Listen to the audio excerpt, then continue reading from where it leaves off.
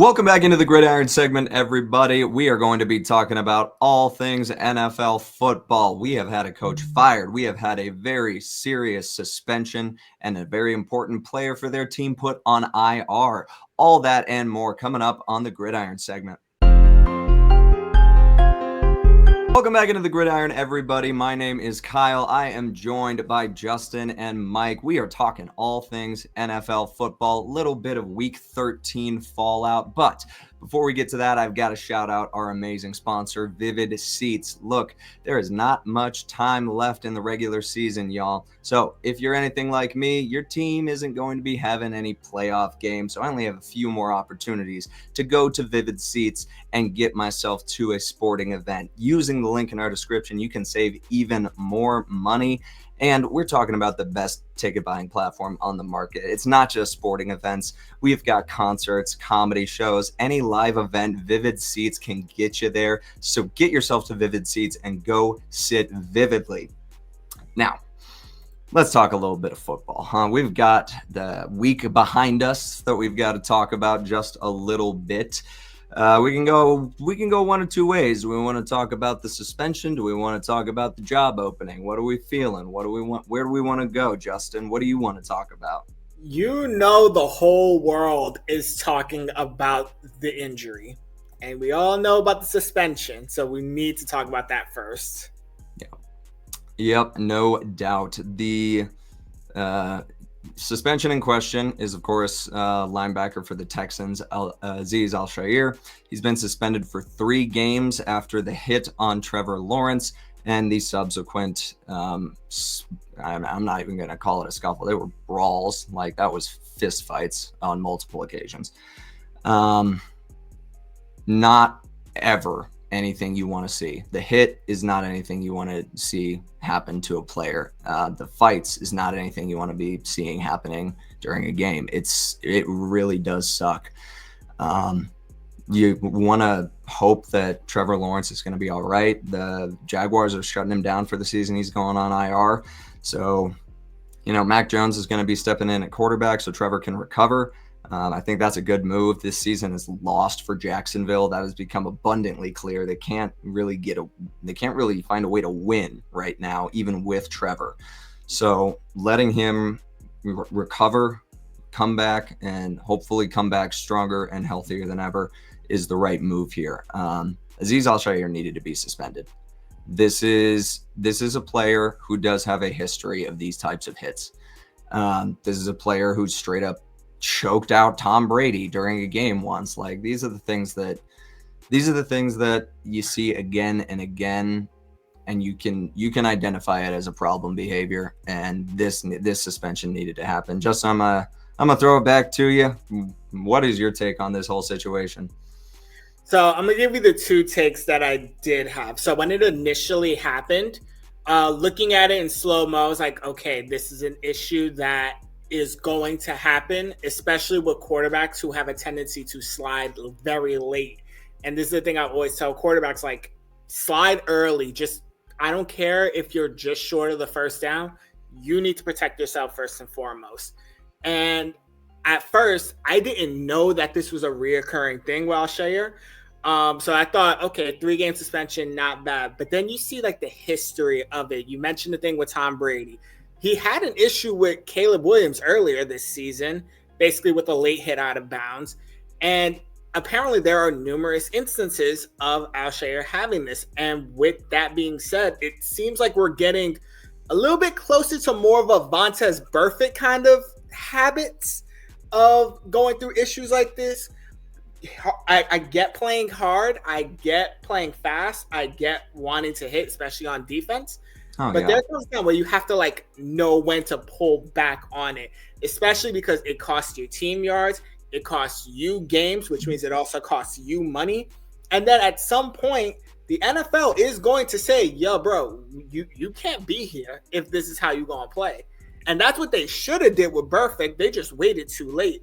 They're not going to wait too late for Al-Shaair to do that. So that's my take. You got pretty much one more time after this suspension, and that's only because you're on the Texans, who are pretty much a playoff caliber team.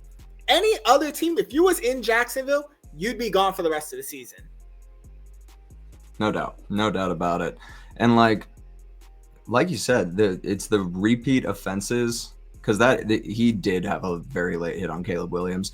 And like you said, with quarterbacks, you always want them to slide early. Luckily, like in my case, Caleb does slide. It's when he's running out of bounds that he's just trying to extend and make a play, and it will cause a late hit. It happened in the Detroit game, and a flag wasn't thrown because apparently Dan Campbell talked to the refs and said, we're gonna do it, which I kind of love. Just like, if you go up front asking for permission instead of forgiveness, they let it slide. Apparently, I don't know. Seems to be the case. But yeah, with Al-Shaair, the blatant just disregard for the safety of the other players on the field is really alarming. Mike, I gotta get your thoughts on this. Do you feel like 3 games is warranted? Do you feel like 3 games is enough? Do you feel like it's too much? Like, what do you think about this? I think 3 games is the right call. Again, it comes down to the guy's reputation. You know, he's had instances in the past that things like this have happened. You've mentioned the Brady thing. Yeah, that was pretty egregious. But, I mean, when I first saw it, it looked like it was kind of a bang-bang play. Trevor did slide really late, but you have to know that when you lead with that kind of force and with the helmet towards the quarterback, that's probably going to happen. You know that he's going to probably slide if he sees you coming, so you have to kind of anticipate, you know, where your helmet's going to go. So I think on that play, you know, football's tough. Especially in the NFL. It's a fast-paced game, but this guy has just been doing these kind of things for far too long. I mean, look at Draymond Green in the NBA. You know, if that guy even blows the wrong way at somebody, they're going to call something. That's just what happens when a player has a reputation like that. So I feel like this is warranted. The rest of the NFL needs to know that this is not acceptable. And he's knocked out for the rest of the year now, and it's really dangerous when you're going at the head. Look at Tua. You know, these concussions, I feel like they're getting worse and worse every year. Now, I know that we have these specialty helmets too that, you know, players are wearing now, but I don't know if we just didn't have enough information, but it just seems like this year alone, there has just been so many head injuries, so many illegal hits. And I don't know if the game's getting faster or we're just getting more knowledgeable about it. But I think this is the right call. I think 3 games for this guy. You kind of learn your lesson. And, you know, we got to clean this up. In the NFL, this is dangerous. You know, we want people to keep playing the sport. I want to keep watching the sport that I love, you know, for the rest of my life. And if these things keep happening, I don't know what they're going to do about it, because it seems to be getting worse and worse every year. So, yeah, I think what happened was definitely warranted. Yeah. And it's the point you bring up about, you know, the hits and the hits that are causing injuries being more and more prevalent. I always will be a, you know, defensive football fan. I'm a Bears fan. Of course I will be. And so I'll always try and be on, you know, defense's sides. There's a really interesting point. I cannot remember who had made it about, you know, defenders this season specifically hitting higher because they're a little bit more hesitant to drop low because of all the regulation with hip drop tackles now. So there is an adjustment to how the game is being played. They're now going higher. And when you're aiming for center of mass, not head, when you're aiming for center of mass at a ball carrier, and that ball carrier has an ability to slide like a quarterback, it's going to be extraordinarily hard to change direction. There's always going to be that consideration. In this case, though, Azeez Al-Shaair has done this again and again and again. It's a pattern of behavior, and it extends further than just this season. So you can't really point to that in his case nearly as much. We got to shake this off just a little bit. We got to talk about something a little lighter because we can't be down in the dumps the whole time. I'm thrilled. You can see the tick. Everyone can see the ticker. I am so beyond thrilled. I had the best Black Friday deal happen because the Chicago Bears got rid of Matt Eberflus and they have promoted Thomas Brown from OC to interim head coach. And the reason that I love that move specifically so much is because, I don't know if y'all know this about Thomas Brown, when he was with the Rams, he was the assistant head coach for multiple seasons. One of the seasons that he was the assistant head coach was the Super Bowl winning Rams.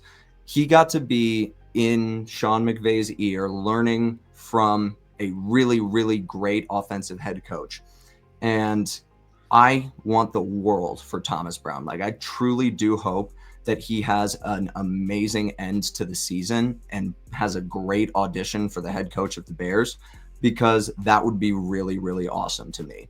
The main reason I say that is because it's rumored that Cliff Kingsbury is a top candidate, and I hate that. I really do. I know I will say, oh, Cliff Kingsbury to Chicago. It's a joke. I don't really want that. That's the move that I think people are going to want to push for, because you have the Caleb connection. You have all of this hype for a younger offensive-minded head coach, and he has done a decent enough job with Jaden Daniels. However, I think there's a lot left to be desired in terms of the strength of opponent that he's doing it against, and just the consistent falling apart in the second half of the season. So, Thomas Brown, best of luck. You are the head coach of the Chicago Bears for the next 5 games, and I want my Chicago Bears to win, because that'd be awesome. It's always going to be awesome. The Matt Eberflus firing had to happen, though, because Mike, I called it. We were talking about this 1 week ago. Today, I'm like, this is what's going to happen. This is what I truly hope happens, is that the Bears look decent. The Bears do a pretty all right job, and they're able to have a competitive game with the Lions, the top team in the NFC. And the Bears were able to do that. And then the end happened. And just like I said would happen, the coaching would completely fall apart in such a disastrous way, in a new spectacle that we have not yet been treated to from the 2024 Chicago Bears. They're inventing new ways to lose all the time. And Mike, I was right. I was right about it. I mean, we thought it was going to be a blowout, but watching that clock tick down at the end of the game, I was like, what are they doing? What the hell are they doing? I actually couldn't believe it. I couldn't imagine being a fan. I probably would have broke my TV right then and there. It's just inexcusable. And I love the fact that they made him have to answer questions before they fired him. And he actually he didn't take any accountability. He's like, I think it was the right play. I'm like, anybody sitting on their couch at home could have coached that better. It was ridiculous. Absolutely ridiculous. You got a chance to beat the Lions at home on Thanksgiving, and you don't even call a timeout with 30 seconds left, and all you need is probably 8 to 10 yards on an out route, and you just completely fall apart. It was embarrassing. It was worse than Gerard Mayo this year, so I think he's the worst coach in the NFL by far. Yep. It was – you have to be so deeply bad to get fired by the Bears mid-season. The Chicago Bears didn't fire Neil Armstrong in the 80s mid-season when players were legitimately walking off the field early to go into the locker room. Like, before the game was over early. That guy didn't get fired mid-season. Matt Eberflus is a historically bad head coach, and I am thrilled to bits that he is no longer going to be dragging down my favorite team with his ineptitude. Justin, I'm going to throw it to you. You got a guy over there that I feel badly for your head coach because of the ineptitude of your organization. I'm going to be honest. Listen, I feel bad for my head coach, and I feel bad for my GM for a variety of different reasons, but we could talk about my Giants another day. Let's keep it in Chicago, because I'm pretty sure there was a lot of ruined Thanksgiving dinners because of that performance at the end of the game. Here's the thing. The second that firing got announced, I texted the entire group chat and I tagged you in it and said, very early Christmas for you, Kyle. It was so good. It's the right move. I think it's the right move to bring up the OC as the interim head coach for right now. if they do perform well these last 5 games, he should keep the job as head coach for 2 reasons. One, he already has this established relationship with Caleb Williams. When you have a young, developing quarterback, you want to keep as much familiarity with them as possible. You bring in a new head coach from the outside, they may not have he may not be the quarterback for them. He may not be the type of quarterback they're used to having. A new head coach wants to come in with their own quarterback. And that is not fair to Caleb being in his second year next season. You have that problem. You have a new offensive philosophy issue. You have basically the problems that we've been having with Daniel Jones for 6 years and fucking 4 head coaches. And you don't want that in Chicago. The other part is if you try to go to the outside for a head coach, look at your options. Ben Johnson, everybody and their mama's going to want him. Cliff Kingsbury is the one head coaching candidate that I keep saying, don't do it. You literally saw what happened in Arizona. Yeah, he had a great first year. The same way he's having an okay first year here in Washington. Guess what? Then they got tape on his offense. And then look what happened. It was a complete and utter disaster. And then he wound up back in college before year 3. Yep. That's going to happen the same way again. It's already happening this season because now you got tape on Jaden Daniels. You know how that offense likes to roll. It's just they can put up points. Great. So when it comes to the Bears, best case scenario, y'all have a winning record these 5 games. You play well. You can keep the coaching staff as it is. And then you just proved that the only issue y'all had was Eberflus. Worst case scenario, it's a utter disaster. You go 0-5. You try to look for a head coach on the outside. And then who are you going to go after? Are you going to go after an offensive-minded head coach like a Ben Johnson, like a Cliff Kingsbury? Do you want to go defensive? Historically, the Bears are a defensive team. Do you want to go Vrabel? Do you want to go Belichick? Do you want to go who else is Robert Saleh? We got a lot. We got a lot available. Who's the DC for Minnesota? That's who I'm thinking of. Flores, another one who could be a good defensive option. So you have options, but it's like, which way do you want to go? And what's going to work well for your franchise quarterback? Yeah, no doubt about it. I'm really interested to see which way the coaching search goes. They're gonna interview Cliff. And what's interesting about that is, like, I don't even know how crazy Caleb would be about that. Because, yeah, they worked together at USC. If I'm Caleb, I'm looking at it and I'm going, okay, I wasn't working with Cliff at USC and I won the Heisman. I started working with Cliff and I didn't have as good of a year. He didn't have as good of a team either, and he was still an excellent quarterback. But there's still that consideration. I don't know how nuts Caleb would be about Cliff, as interesting as that is to say, because of the history between those two. I don't want them to go defense. I've pretty much decided I don't want them to go defense. I'm kind of sick of it. Like, I'm really tired of defensive coaches. I didn't get burned enough by Matt Nagy to not want an offensive head coach. Like, this is the thing. I really, really do want, and I want it to be Thomas Brown. Like, I hope that it's at least a winning record. Like 3-2 in these last 5 would be fantastic. Yeah. And if Thomas Brown's offense is able to get Caleb Williams to average 275 passing yards for the next 5 games, would you like to know what is going to happen? Sure.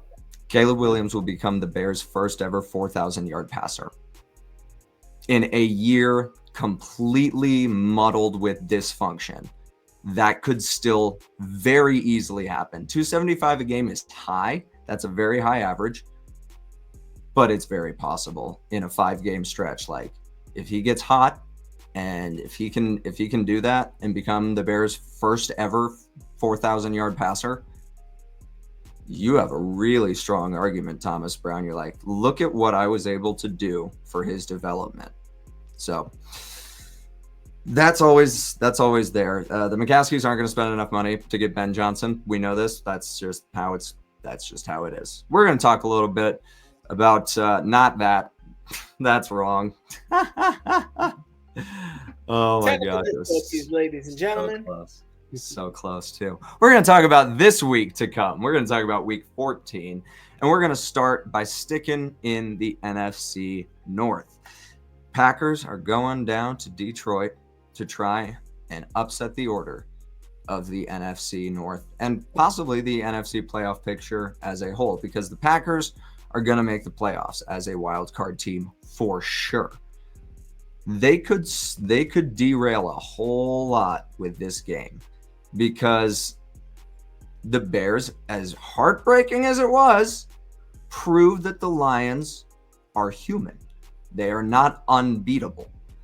And Green Bay can go into some of that tape and be like, hey, this is how we can contain this offense a little bit, because that was one of the first times that the Lions offense wasn't necessarily as explosive as it was in the past. Obviously, with those playmakers, you're going to have splash plays regardless, but they were relatively contained for an offense that's been hanging 40, 50 points on teams. I don't know if I am going to subject myself to the torture of saying Green Bay is going to win this football game, but it is a lot closer than I think people realize. Mike, I'm going to throw it right to you. What do you see happening for Thursday night football? So, the Lions last week, in the first half, they just couldn't finish drives, it seems like, at the end in the red zone. They were settling for a lot of field goals, and they kind of kept the Bears in the game. And then, like you said, in the second half, the Bears kind of, took over that game and controlled them, and the Lions just didn't look the same at all. It seemed like they got completely stopped in their tracks. The Packers have been very surprising this year. At the beginning of the year, when Jordan Love got hurt, they looked mediocre. He came back. He was still kind of injured. I remember I picked him to win a game, and he got absolutely the doors blown off him in Green Bay, but I guess he was still kind of injured. So now that you have a healthy Jordan Love, I think this is going to be a great football game. I expect a high-scoring football game and a hard-hitting football game. I'm still taking the Lions because, they're the Lions and they're home. They play really well at home. That crowd is a great home field advantage for them, and they seem to get excited when they're there. And again, that running game is the reason why. When you have the Jahmyr Gibbs and Montgomery, it's just such a great 1-2 punch. And I'm not sure if the Packers are going to be sustained that for 48 minutes out there. Or 60 minutes. And it's think of basketball for a second. 60 minutes. I just think the Lions are just a little too powerful right now. The way that they play football too, they're a fun team to watch. Do you see that trick play they did against the Bears too? I think Penny Sewell or somebody had like a backward. Fun fact. Penny Sewell has been sacked more times this season than he has given up sacks. And that's a fact. That's crazy. Yeah, no, they're a fun football team, and he's got them playing good over there. And I just don't know. We're gonna find out more who the Packers are this week than we are the Lions. We know who the Lions are. I don't think we really know who the Packers are yet. This is really their first big test like this later in the year. And Jordan Love last year, remember, he looked great. He had an incredible year last year. He looked great in the playoffs, blowing the doors off the Cowboys. So he kind of turns it out later in the season. But I'm still going Lions. I think they're going to win this one 35 to probably 28. It's going to be close, but they'll win by a touchdown. There you go. I do. It's such a bitter thing for me because I'm like, how the hell did they do it again? But Jordan Love is an excellent quarterback. He really, really is. Like, they have the franchise with that player. And yeah, you're going to get picks. That's the type of player that Jordan Love is. He very much is a gunslinger quarterback, and that's okay because he's very good at doing it. He's going to get amazing distance touchdowns as well as some of those turnovers that you don't see in like a more dissecting quarterback, as it were. The big thing for me is going to be, can they contain David Montgomery and Jahmyr Gibbs? Because like you said, that the offense runs through those two. Like, that is one of the most outstanding running back duos in the league. Probably the most. I can't really think of another duo that's better than them.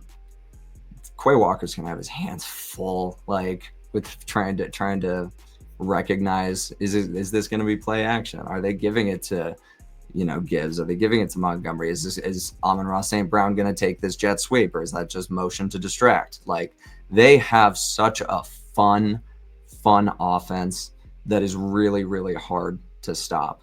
Green Bay's defenses will play really great, especially since bringing in Saleh as a consultant. Like, that has almost transformed this team after being kind of middling early on. I think I'm going to go with Detroit still. Justin, will you convince me otherwise? Well, no, I will not convince you because I'm going Detroit as well. But this is the one key thing about this game. Both teams on offense can put up points. The Packers have put up 30-plus points the last 2 weeks.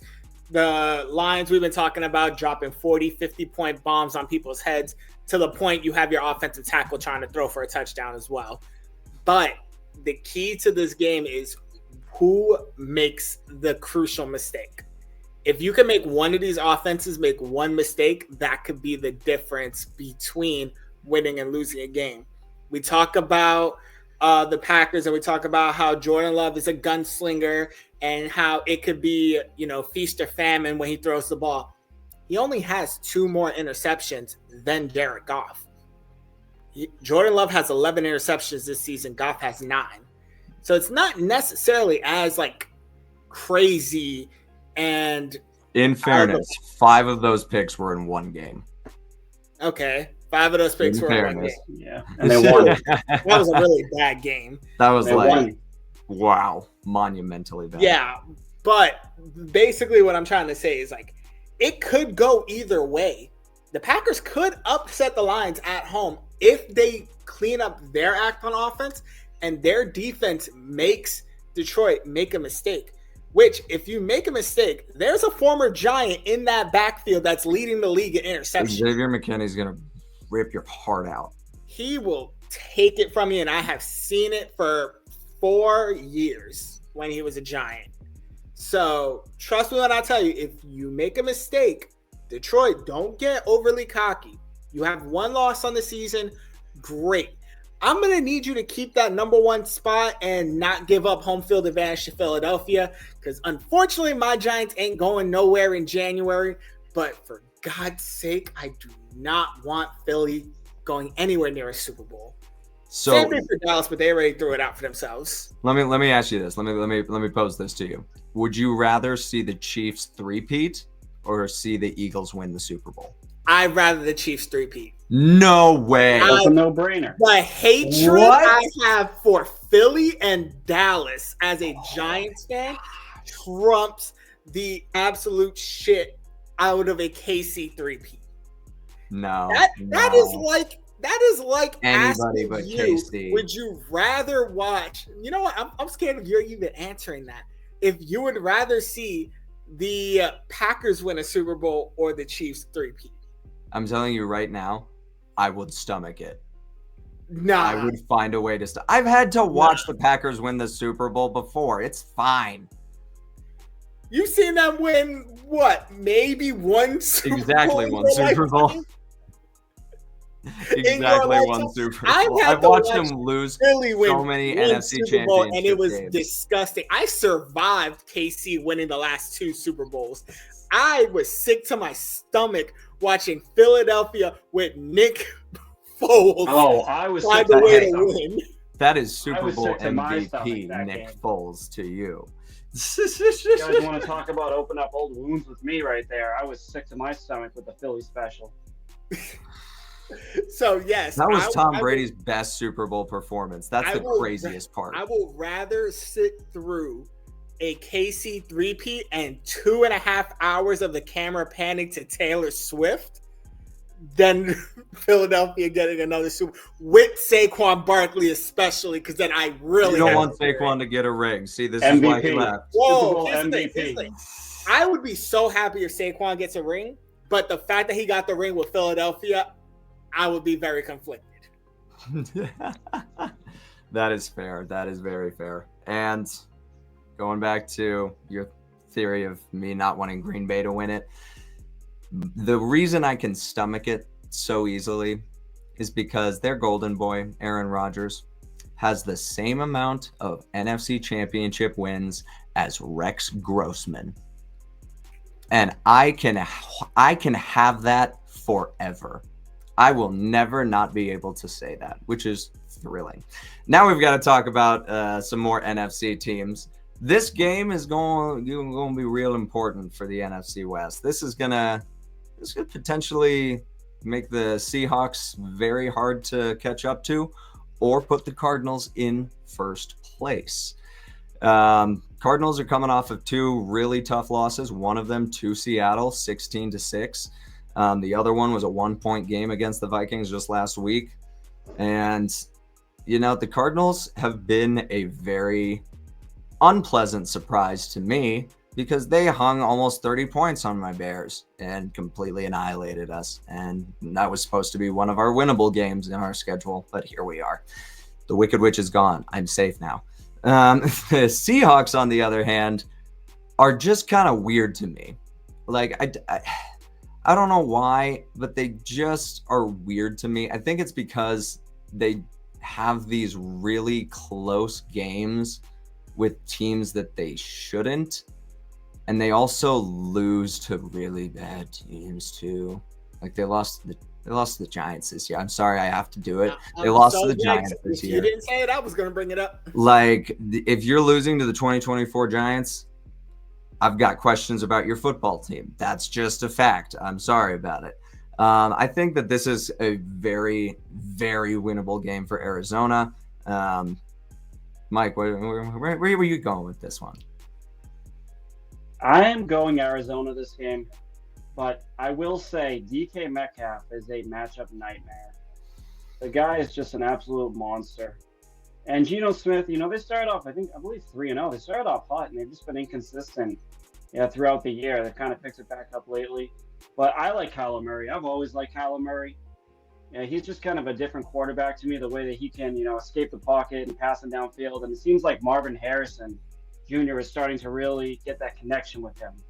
And I think that's going to be the biggest part of this game right there is those two connecting.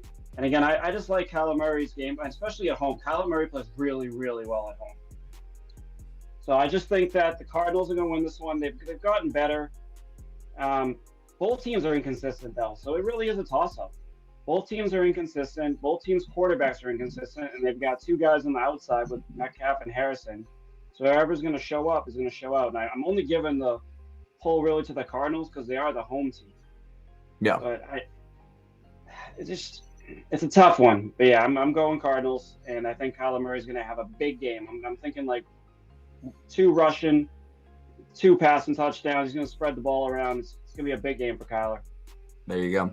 This one, whichever team wins this, I feel like is going to win the NFC West, because if you look at the schedules for both of the teams, the Seahawks have to play the Packers and the Vikings to finish out their year. They've got a couple of games that aren't as bad, my Chicago Bears being one of them, but they also then will play the Rams, and the Rams have been a tough out. The Cardinals, on the other hand, I'm sorry, Mike, we're throwing everyone's team under the bus. They play the Patriots, they play the Panthers, and they play the 49ers, who they're pretty much calling it a season, I feel like, now that McCaffrey's injured again. Like, their 49ers are dead in the water. So the Cardinals have a far easier schedule moving forward than the Seahawks do. Like, the Seahawks need to win this game if they want to win the NFC West. I just don't know if they're going to be able to. The Cardinals want to get back in the win column. Like, 2-loss skid.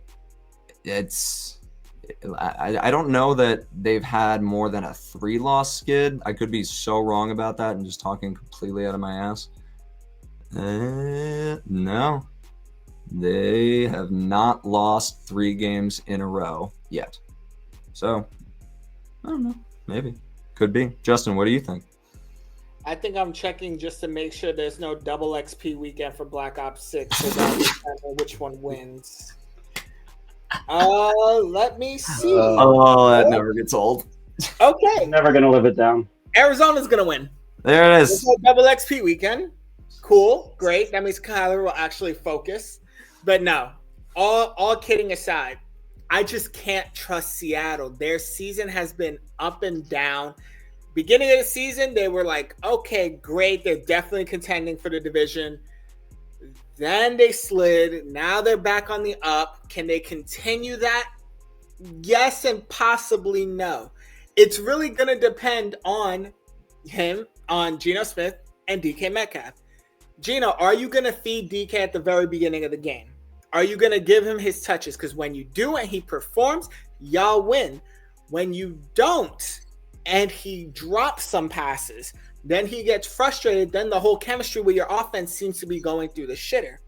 And it all relies on these two when it comes to offense first. Yes, they do have talent all throughout their offense, but it's really between those two that really determines how good Seattle can be. On the defensive side of the ball, they have to focus on containing Kyler. You don't want him to beat you with his legs, because when he beats you with his legs, then that opens up the entire offense in Arizona. Then you got to worry about Marvin Harrison Jr. Then you have to worry about the tight end that they have. Then you have to worry about their running game also. So they just have so much to contend with that I just can't trust them to win this.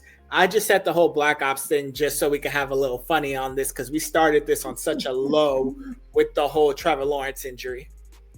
Yeah, no, it's real.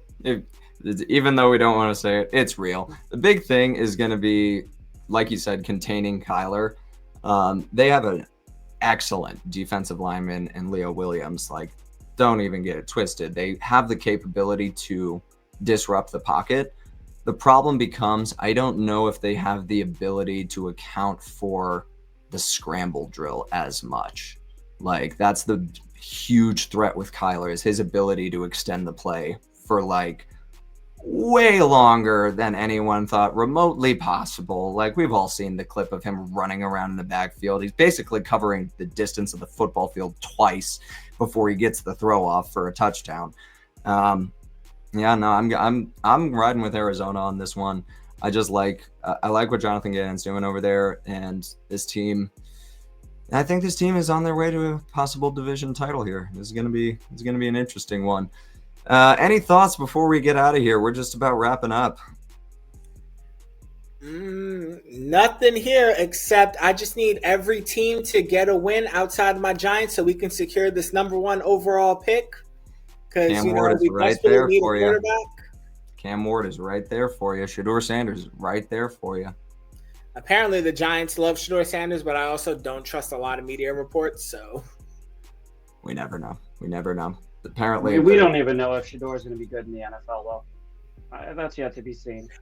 I have my own thing when it comes to the Giants and quarterbacks, but I cannot say it on recording, so I'll say it for after.